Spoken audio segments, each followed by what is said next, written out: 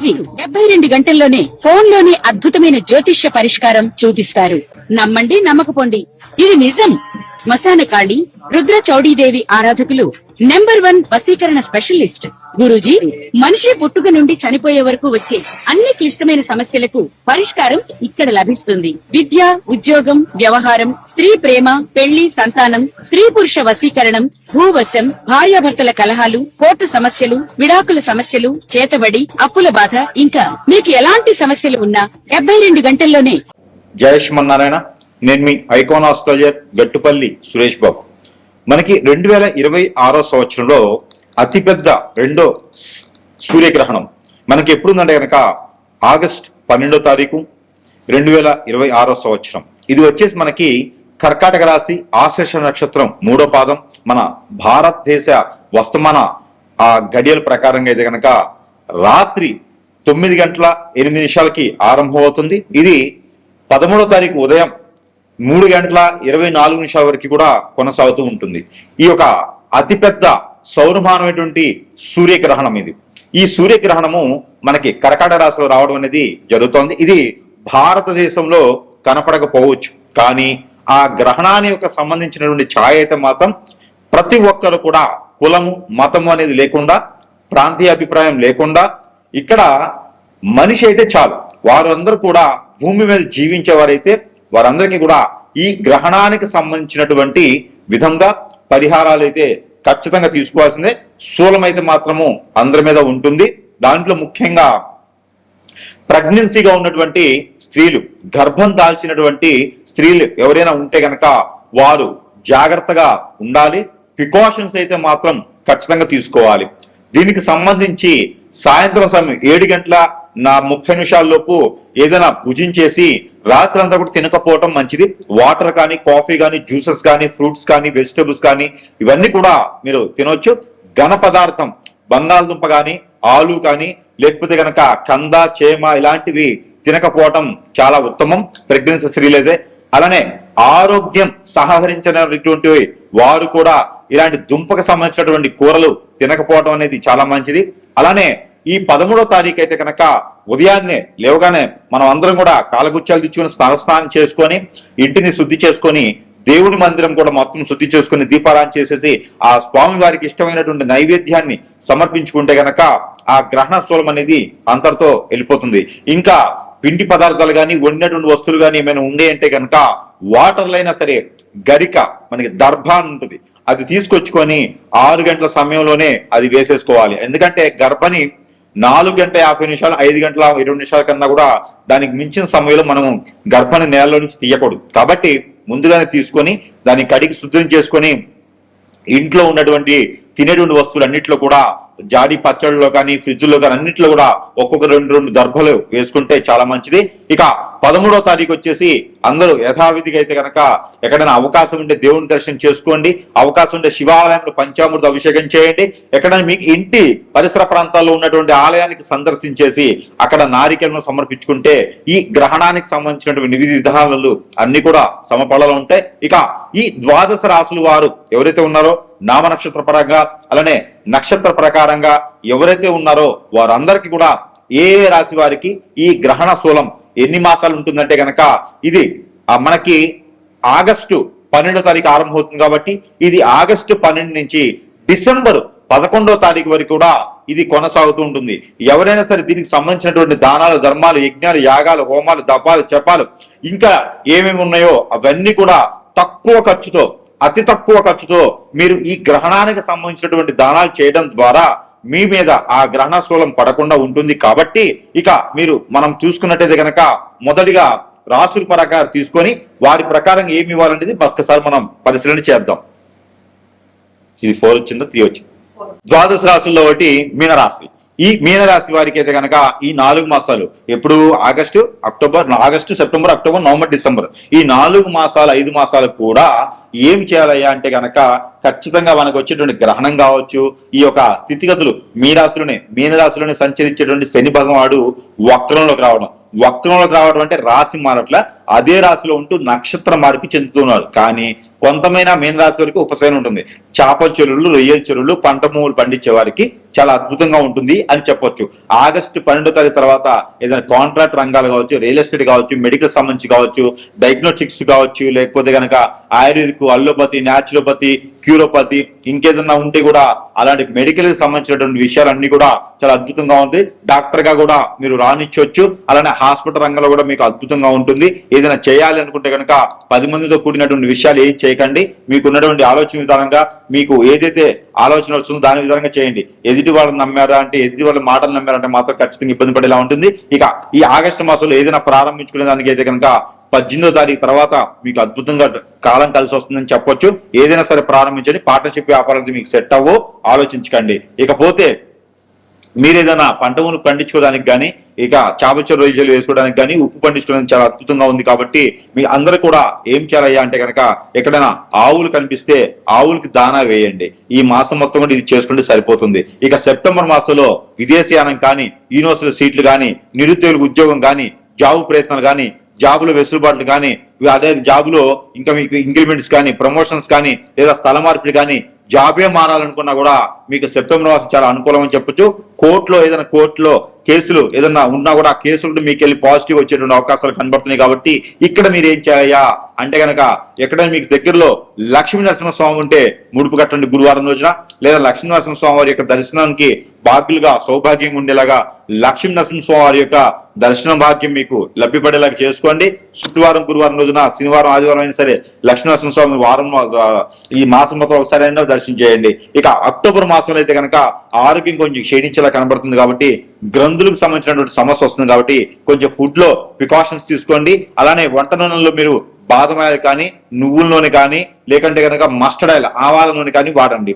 దీని వలన మీకు కొంతమేర రుమ్మతులు కానీ, ఇబ్బందులు కానీ లేకుండా ఉంటాయి. ఉదయించే సూర్యుడికి నమస్కారం చేసుకోండి. ఇక నవంబర్, డిసెంబర్లో అయితే కనుక పెళ్లి సంబంధాలు కుదుర్చుకోవడానికి కానీ, అమ్మాయి అబ్బాయిలు కుదుర్చుకోవడానికి కానీ, దక్షిణ వైపు వచ్చేటువంటి అబ్బాయి సంబంధం, తూర్పు వైపు వచ్చేటువంటి అమ్మాయి సంబంధం కుదురుతుంది. విదేశీ ప్రయత్నం కూడా మీకు సఫలీకృతం అవుతుంది. కాబట్టి కొత్త రకమైన జాబులు కావాలన్నా, ప్రమోషన్స్ కావాలన్నా, అలానే ఏదైనా వ్యాపారం పెట్టాలన్నా కూడా చాలా అనుకూలంగా ఉంది. పార్ట్నర్షిప్ వ్యాపారాలు పనికిరావు, ఎఫ్ఐఆర్ లాంటి పనికిరావు, అక్కడ సంబంధాలు పనికిరావు. చాలా జాగ్రత్తగా ఉండాలి. బెట్టింగ్ లాంటి వాటిలో ఇన్వెస్ట్మెంట్ చేయకండి. ఎవరికి డబ్బులు ఇవ్వకండి, ఎవరికి తీసుకోకండి. చాలా జాగ్రత్తగా ఉంటే ఈ 4 మాసాలు వచ్చేటువంటి సంవత్సరం 2027లో చాలా అద్భుతంగా ఉంటుంది. ఫిబ్రవరి 17వ తారీఖు నుంచి మీకు కూడా అనుకున్న పనులు ముందుకెళ్లేలాగా మీ వెనక ఒక అమ్మవారు షాడో లాగా ఉండి మీ చాలా పనులు చేపించుకొని అన్ని రకాల మీరు బాగుపడేదానికి బాగుంటుంది. కాబట్టి ఈ 4 మాసాలు 5 మాసాలు కొంచెం జాగ్రత్తగా ఉంటుంటూ నవంబర్, డిసెంబర్ మాసాలు అయితే కనుక ఖచ్చితంగా మీరు ఏం చేయాలంటే కనుక ఎక్కడైనా సమీపంలో సుబ్రహ్మణ్య స్వామి అభిషేకం చేసుకోండి. అలానే వినాయక స్వామి అభిషేకం చేసుకోండి.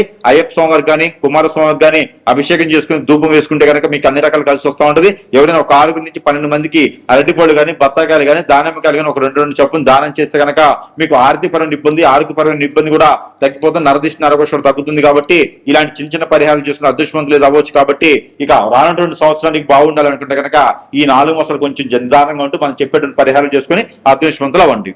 అలానే ఇప్పటి వరకు రాసుల ప్రకారంగా ఇవన్నీ కూడా మనం చూస్తూ ఉన్నాం. కానీ ఇక్కడ ఎన్నో రకాలైనటువంటి సమస్యలు, ఒకరు విదేశాన్ని వెళ్ళాలని, లేకపోతే ఇంకొకరు చదువుకోవాలని, పోటీ పరీక్షలు పాస్ అవ్వాలని, ఇలా చూసుకుంటూ పోతే కనుక మనం అనుకున్న పనులు ముందుకెళ్లకుండా అష్టదిబ్బందన అయ్యేసి, జాతకం చూస్తేనేమో చాలా బాగుంటుంది, కానీ జాతకం లేకుండా మనకు చాలా జరుగుతూ ఉన్నాయి. ఇవన్నీ కూడా మనకు తెలిసినవే. ఇక దైవత్వమైనటువంటి కొన్ని వస్తువులు అయితే కనుక మన దగ్గర లభ్యపడుతున్నాయి. కాబట్టి అందరికి తెలిసిన విషయమే.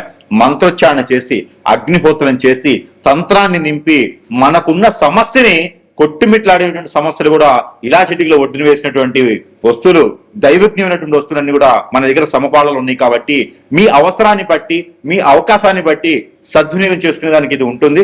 సరసమైనటువంటి ధరల్లోనే మీ చెంతకే చేర్చిన సదవకాశం కూడా మన దగ్గర లభ్యపడుతుంది. కాబట్టి మీ సమస్య ఏముంది, ప్రతి ఒక్కరు కూడా కలవాలి అంటే సమయం ఉండొచ్చు, ఉండకపోవచ్చు, మీరు ఎక్కడెక్కడో ఉండొచ్చు, నేను సమయం ఇవ్వకపోయి ఉండొచ్చు. కానీ వస్తు రూపాన్ని కూడా మనకు సంబంధించి మీ దగ్గర పెట్టుకుంటే కనుక ఖచ్చితంగా కూడా దాని నుంచి కూడా మీకు పని అయ్యేలాగా ఉంటుంది.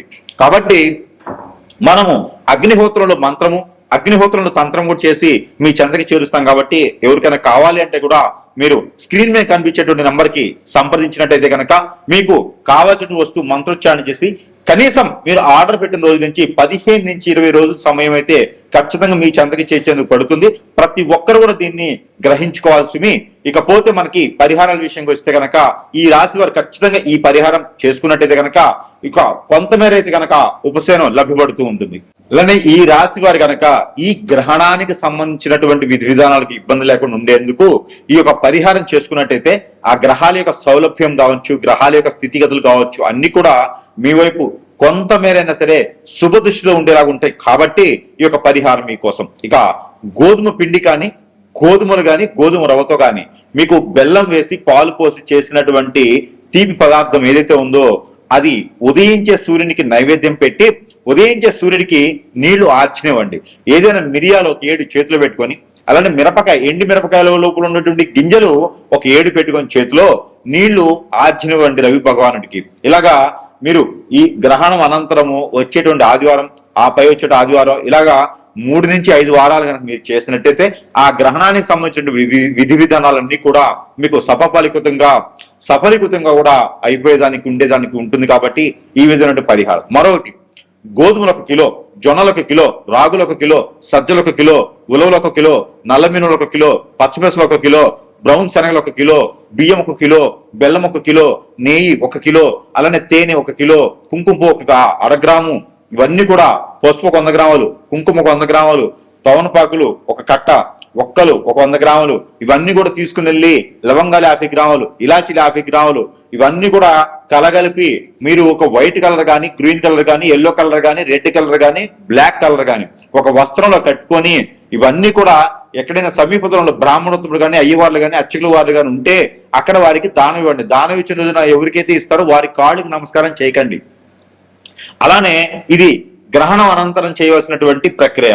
ఈ గ్రహణం అనంతరము అంటే ఆగస్టు 12వ తారీఖు తర్వాత మనకి సెప్టెంబర్ 12వ తారీఖు లోపు ఈ యొక్క దానం అనేది ప్రతి ఒక్కరు కూడా ఉదయం సమయంలో పిల్లలు, పెద్దలు, భార్య, భర్తలు, ఇంకా పెద్దవారు కూడా అందరూ కూడా చేతులు వేసేసి ఆ మూటని అందరికి ముడుపులాగా చేసి ఆ ముడుపుని గనక అక్కడ ఉండే అర్చకుల వారికి సమర్పిస్తే గనక మీకున్నటువంటి కష్టాలే కాకుండా గ్రహణానికి సంబంధించినటువంటి దోషాలు కూడా పోతాయి. ఆ గ్రహణానికి సంబంధించిన దోషాలు మనకి పోయినాయంటే కనుక ఖచ్చితంగా మనం అనుకున్నటువంటి స్థితిగతులకి మనం వెళ్ళేదానికి ఎక్కువ ఆస్కారం ఉంటుంది.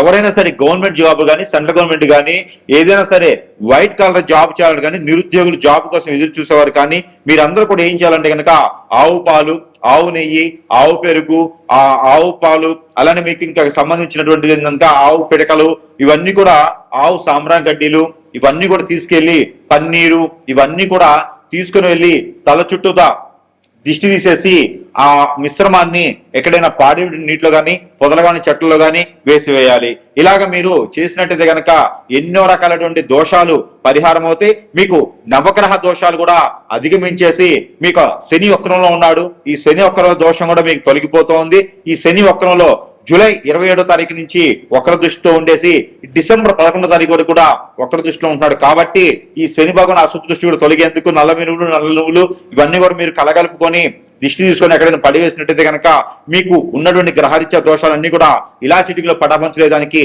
ఎక్కువ ఆస్కారాలు ఉన్నాయి. ఇకపోతే 3వది, ఇక్కడ మీరు వచ్చినట్టయితే కనుక ప్రతిరోజు ప్రతి రాశి వారు పిల్లలు, పెద్దలు, అంతకన్నా పెద్దలు, ఇక్కడ ఎంతమంది ఉన్నారో భార్య, భర్తలు అందరూ కూడా ఇంటిళ్ళ పాది కూడా ప్రతి ఒక్కరైతే నాకు తెలిసినంత వరకు స్నానం ఆచరిస్తారు. ఈ స్నానం ఆచరించేటప్పుడు మీరు ఏం చేస్తారంటే ఒక్కొక్క రోజు ఒక్కొక్క వస్తువు ఆ స్నానం చేసి నీటిలో వేసుకుని స్నానం చేయండి. మీకు ఉన్నటువంటి గ్రహరీత్య దోషాలు, ప్రకృతించ దోషాలు అన్ని కూడా మీకు ఒక మేర నరదిష్టి, నరఘోష కూడా మీకు ఒక మేర అయితే ఖచ్చితంగా తగ్గేటువంటి అవకాశాలు ఉన్నాయి. మీరు ఏ పని కోసం ముందుకు వెళ్తున్నారో ఆ పనులన్నీ కూడా సకాలంగా పూర్తయ్యేలా కనపడుతున్నాయి. కాబట్టి మీరు ప్రతినిత్యము కూడా సోమవారం రోజున కర్పూరము, మంగళవారం రోజున మనకి ఇలాచీలు, బుధవారం రోజున ఉప్పు, అలానే గురువారం రోజున పసుపు, శుక్రవారం రోజున లవంగాలు, శనివారం రోజున మెంతులు స్నానం చేసే వాటర్లో వేసుకొని స్నానం ఆచరించండి. ఎన్ని వేయాలి? ఒక చిటికెడు. ఇంకా కూడా సబ్క్యూట్ లవంగా కూడా వేసుకోవచ్చు, ఇంకా కూడా దాల్చిన చెక్క కూడా వేసుకోవచ్చు. కాబట్టి ఇంకా ఇలాంటి ఏమైనా ఉంటే కూడా అవన్నీ కూడా స్నానం చేసే నీటిలో వేసుకుని స్నానం చేయడం వల్ల మీకు ఎన్నో రకాల రుమ్మతల గురించి బయటపడేదానికి ఎక్కువ ఆస్కారం ఉంది. ఈ గ్రహణానికి సంబంధించినటువంటి విధి విధానాల్లో అన్ని కూడా సకాలంగా పూర్తవుతూ ఉంటాయి. ఇంకొకటి మస్టర్డ్ ఆయిల్ ఒకటి, అలానే ఆముదం ఒకటి, బాదం ఆయిల్, ఆల్మండ్ ఆయిల్ అంటారు, ఇవి ఒకటి తీసుకొచ్చుకొని అన్ని కూడా 3 సమానత్వంగా కలగలుపుకొని దాంట్లో కోకోనట్ ఆయిల్ కూడా కలగలపండి. ఈ 4 ఆయిల్ మిశ్రమాన్ని ఉదయించేటువంటి సూర్యకిరణాలకు చూపించేసి ఆ ఆయిల్ ని కూడా మీరు ప్రతి ఒక్కరు కూడా ఇంట్లో స్నానం చేసిన మిమ్మట 1 టీ స్పూన్ సుమారు చేతిలో వేసుకొని తల మీద, షోల్డర్స్, నాభి, అరిచేతులు, అరికాళ్ళు, అలానే L4, L5 బ్యాక్ ఇక్కడ దగ్గర మీరు ఒక్కొక్క డ్రాప్ చొప్పున అప్లై చేసుకుంటే కనుక మీకు నరదిష్టి, నరఘోష, శత్రుపేడ, ఆర్థిక సమస్యలు, ఆరోగ్య సమస్యలు, దీనితో పాటు ఉపశమనం, మీ పైన ఏది కూడా నరదిష్టి రాకుండా ఉండేందుకు అనుకున్న పనులు ముందుకు వెళ్లేదానికైతే కొంతమేర అయితే సహారించబడుతుంది. కాబట్టి ఇవన్నీ కూడా చేసుకుంటూ ఉంటే కొంతమేర అయితే కనుక మనకి ఎన్నో రకాల గ్రహరీత్యా దోషాలు కావచ్చు, ప్రకృతి దోషాలు కావచ్చు, గ్రహణానికి సంబంధించింది కావచ్చు, వక్రంలో ఉన్నటువంటి శనీశ్వరుడు కావచ్చు, ఇవన్నీ కూడా మీకు సకాలంగా అయ్యేటువంటి దానికైతే ఆస్కారం ఎక్కువగా ఉంటుంది. ఇవన్నీ కూడా మీరు పాటించుకొని మీరు సుసంపన్నంగా, సుశోధనంగా, బహువిధంగా కూడా ఉండేలాగా మనస్ఫూర్తిగా అయితే కోరుకుంటా ఉన్నాను. జై శ్రీమన్నారాయణ.